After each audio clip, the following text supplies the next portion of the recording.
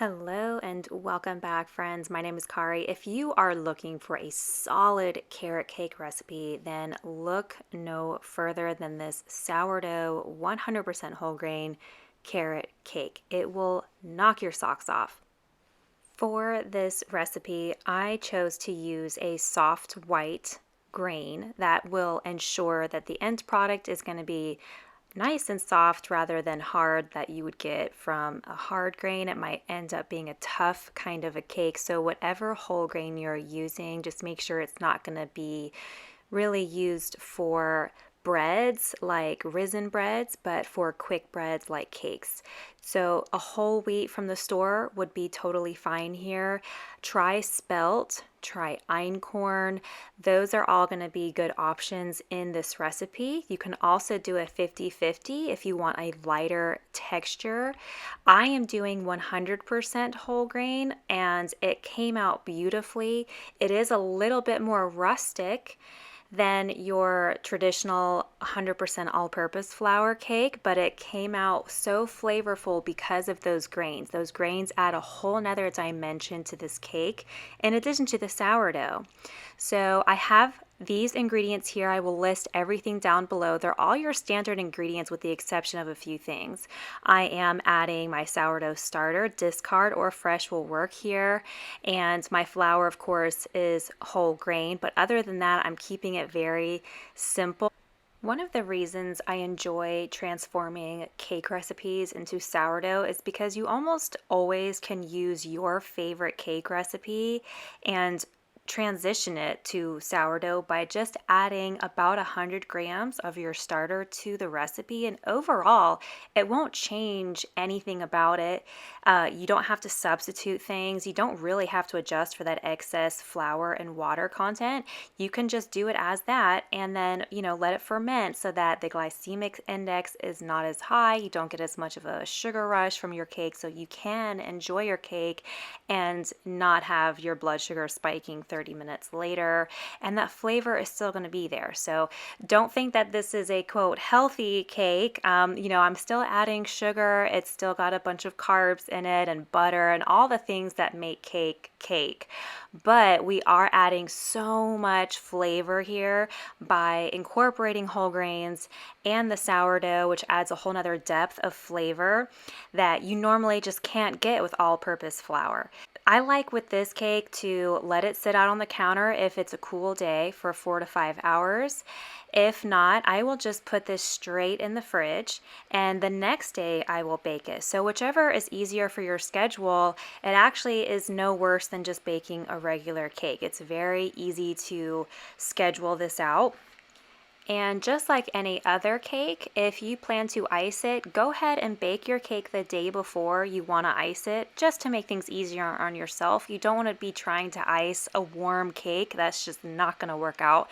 So once I make this cake up, I will wrap it up and put it in the fridge to the next day. And actually, like any sourdough recipe, I totally recommend you to not slice into whatever that baked good is until the following day, if not 2 days post baking.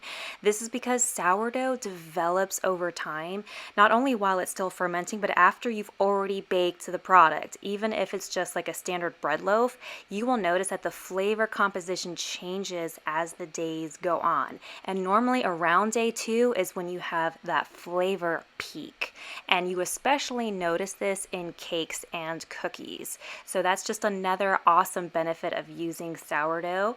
Your guests will never have any clue of why this cake just tastes on a whole nother level. So I'm using my mixer here. I want to make a quick note here, especially if you have a Bosch mixer, which is very powerful. Just pulse it while you're mixing in your dry products, because otherwise you will overmix your dough. And this will go for anything like pancakes, cookies, cakes, all of the soft breads. Just use the pulse until just barely incorporated. You don't want to mix it until you see absolutely no flour left. You actually want to see a tiny bit of the dry flour left, because when you scrape that out of the bowl and then put it into the bowl that it's going to be fermenting in, you can kind of incorporate separate it and fold that in a bit without over mixing it and making your cake tough in the end. So we're trying to avoid that as much as possible. So you can see how I'm just folding in here the last bit of dry flour. So I've got that mixed up. I'm just gonna cover it and leave it on my counter for about 5 hours, and then I'll come back at a later point to bake it in the oven. So I decided to use my massive pan here. It's literally 21 inches long. It's one of those huge ones that takes up the entire width of the oven, because my plan was I doubled the recipe here, and I'm going to just have a 2-layer cake. So I'll cut it in half and then ice it and put the other half on top, so it'll end up being like a huge 2-layer cake, because my family eats like we're a family of 12. I'm sure some of you can relate, but also I like to cut these up and put them in the freezer frosted. That's awesome. You can have individual portions that you can just take out and they thaw out beautifully. So that way I can have plenty in the fridge for snacks later or whenever the craving hits. So this is the cake after it's come out of the oven, and as I mentioned, I'm going to wrap this up. Now the top is still very soft, so you don't want to immediately cover it when you put it in the fridge. You want to let it sit out for a few hours to cool down, and then you want to cover it and put it in the fridge so that your top doesn't get peeled off. So this was a little bit of a logistical issue here that I was working with. The size of the cake was so big that I ended up having to enlist my husband's assistance to try and stack these cakes. So I'm sure some cake expert is cringing right now watching me trying to stack these cakes. But it's okay. Frosting helps so much, so I'm not that worried. If there's like a little bit of a crack in there, frosting will help glue everything together. And this is my birthday cake, so I am not trying to be perfect for myself. If I were hosting, then maybe this would be a different story, but it's just for me. Okay, so I ended up taking 1/2 out, and then I got another cooling sheet and I just sort of flipped it over onto so that it was upside down, and then I could take off the parchment paper and try and keep little fingers from snatching bits of the cake. Okay, so now that I got one side off of it, I can leave the other side on for now and just get ready to get my icing prepared. So the icing is going to be a very simple cream cheese icing. It's a super quick recipe. It's 2 sticks butter, 2 sticks cream cheese, and then however much powdered sugar you want. So normally I would do like 2 cups, but you can do anywhere from 2 to 4 cups. Just, you know, figure out how sweet you like it. I don't like a very sweet icing recipe, especially with carrot cake. I feel like sweet and sweet is just too sweet. Oh, another benefit, another cool thing with this carrot cake that's very forgiving is that you can reduce the sugar by half and it will still come out amazing. Amazing. So if you are trying to drop your sugar a little bit just to make it a little bit healthier, you can do that. I will leave all these recipe notes down below for you so that you can make it to your own requirements or wants. So I'm clearly not a professional here with the icing. I should have made a triple batch. I thought a double batch would do just fine, but I ended up just not icing the sides of the cake, which was fine because, again, we're not huge icing people. We don't like it too sweet.